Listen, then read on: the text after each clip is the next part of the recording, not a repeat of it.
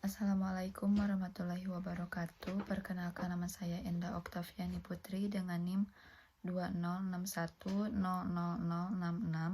Manajemen Sore, semester 6. Di sini saya akan menjelaskan tentang studi kasus, sistem pengendalian, manajemen, dan perilaku organisasi di PT Indofood Sukses Makmur Tbk. Dengan ini saya akan menjelaskan tentang profil perusahaan PT Indofood Sukses Makmur Tbk. Yang kedua, sistem pengendalian manajemen PT Indofood Sukses Makmur Tbk. Yang ketiga, perilaku organisasi di PT Indofood Sukses Makmur. Keempat, hubungan antara sistem pengendalian manajemen dan perilaku organisasi di PT Indofood Sukses Makmur. Yang kelima, faktor-faktor yang mempengaruhi perilaku organisasi di PT Indofood. Yang pertama yaitu ada profil PT Indofood Sukses Makmur Tbk. PT Indofood Sukses Makmur Tbk atau lebih dikenal dengan nama Indofood merupakan produsen berbagai jenis makanan dan minuman yang bermarkas di Jakarta. PT Indofood didirikan pada tanggal 14 Agustus 1990 sebagai PT Panganjaya Intikusuma. Kemudian pada tanggal 5 Februari 1994 berganti nama menjadi Indofood Sukses Makmur. Perusahaan ini mengekspor bahan makanannya hingga Australia, Asia, dan Eropa. Pendiri perusahaan ini yaitu Sudomo Salim. Kantor pusat berada di Sudirman Plaza, Indofood Tower, Jalan Jenderal Sudirman, Jakarta. Produk yang diproduksi yaitu mie instan, es krim, makanan ringan, biskuit, tepung terigu, sirup, susu, minyak goreng, dan pasta. Kemudian ada visi dan misi perusahaan. Yang pertama ada visi. Perusahaan menjadi Total Food Solution atau disebut juga bertransformasi menjadi sebuah perusahaan berkategori solusi pangan secara menyeluruh. Kemudian ada misi perusahaan.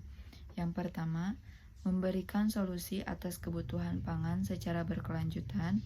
Yang kedua, senantiasa meningkatkan kompetensi karyawan, proses produksi dan teknologi. Yang ketiga, memberikan kontribusi bagi kesejahteraan. Yang keempat, meningkatkan stakeholders value secara berkesinambungan. Kemudian ada sistem pengendalian manajemen di PT Indofood Sukses Makmur Tbk. Yang pertama ada Good Manufacturing Practice, adalah suatu pedoman cara memproduksi pangan yang baik dengan tujuan agar produsen menghasilkan produk yang bermutu sesuai dengan tuntutan konsumen, yang berarti produk tersebut terjamin mutunya dan aman dikonsumsi. Ruang lingkup kegiatan Good Manufacturing Practice meliputi lokasi, bangunan, fasilitas sanitasi, mesin dan peralatan, bahan, pengawasan proses, produksi akhir, laboratorium, karyawan, pengemasan, label dan keterangan produk, penyimpanan, pemeliharaan, dan program sanitasi, pengangkutan, dokumentasi dan pencatatan, pelatihan, penarikan produk, dan pelaksanaan pedoman. Yang kedua, tanggung jawab manajemen. Kebijakan keamanan pangan dan adanya lingkungan kerja perusahaan.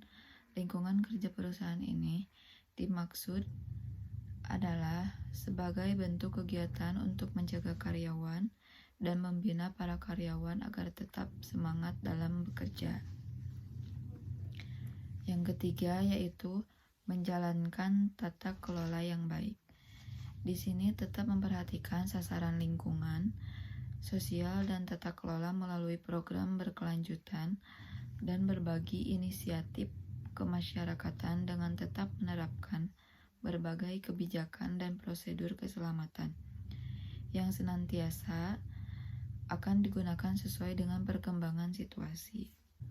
Kemudian ada perilaku organisasi PT Indofood Sukses Makmur Tbk. Yang pertama yaitu informasi dan pengambilan resiko. Perusahaan memberikan pembagian kerja yang masing-masingnya memiliki aturan yang jelas. Siapa bertanggung jawab atas apa yang dikerjakan tersebut. Seperti manajer umum membawahi manajer pabrik membawahi supervisor pabrik. Dari struktur ini, resiko tidak berjalan, pekerjaan sangat kecil. Namun, bagi karyawan dan struktur ini, setiap keputusan dan tindakan memiliki resiko yang besar untuk menjaga kinerja. Yang kedua, perhatian yang detail. PT Indofood memiliki sistem kerja dan tanggung jawab yang telah diatur sedemikian rupa, seperti adanya job desk description yang berbeda-beda di setiap divisi, dan dengan jelas serta rinci memberikan arahan maupun pedoman setiap karyawan dalam melakukan tugasnya. Yang ketiga, orientasi hasil. PT Indofood dalam misinya menyatakan akan senantiasa meningkatkan kompetensi karyawan, proses produksi, dan teknologi kami. Misi sebagaimana merupakan cara untuk mencapai visi perusahaan, telah memfokuskan untuk terus meningkatkan proses-proses agar perusahaan dapat mencapai tujuannya. Yang ketiga, orientasi kepada manusia. Yang keempat, orientasi kepada tim. Yang kelima, agresif. Agresif di sini yaitu karyawan yang handal merupakan kekuatan perusahaan. Maka, dalam melakukan pekerjaannya, seorang karyawan dituntut untuk dapat kompeten. 7 yaitu stabilitas. PT Indofood dalam perkembangannya hingga sekarang memproduksi makanan dan minuman yang memiliki orientasi terus berkembang. PT Indofood juga dalam usahanya tetap untuk menjaga stabilitas yang terdapat pada perusahaan. Perubahan yang ada hanya terdapat pada inovasi rasa, diversifikasi bentuk produk, desain yang berubah, dan jangka waktu panjang. Kemudian, hubungan antara sistem pengendalian manajemen dan perilaku organisasi di PT Indofood. Yang pertama, struktur yang teratur. Yang kedua, kontrol manajemen. Yang ketiga, manajemen sumber daya manusia. Yang keempat, budaya organisasi yang diterapkan. Kemudian ada faktor-faktor yang mempengaruhi perilaku organisasi di PT Indofood Sukses Makmur. Yang pertama, kepemimpinan yang kuat, disiplin dan konsisten. Yang kedua, komitmen dalam organisasi. Yang ketiga, dukungan yang seimbang dalam organisasi. Yang keempat, struktur organisasi yang sesuai dengan peraturan perusahaan. Yang kelima, insentif dan hak karyawan yang diberikan dengan tepat. Yang terakhir ada kesimpulan. Kesimpulan yang pertama yaitu sistem pengendalian Indofood Sukses Makmur sangat teratur dan tertata dengan baik. Yang kedua, PT Indofood Sukses Makmur memiliki perilaku organisasi yang konsisten.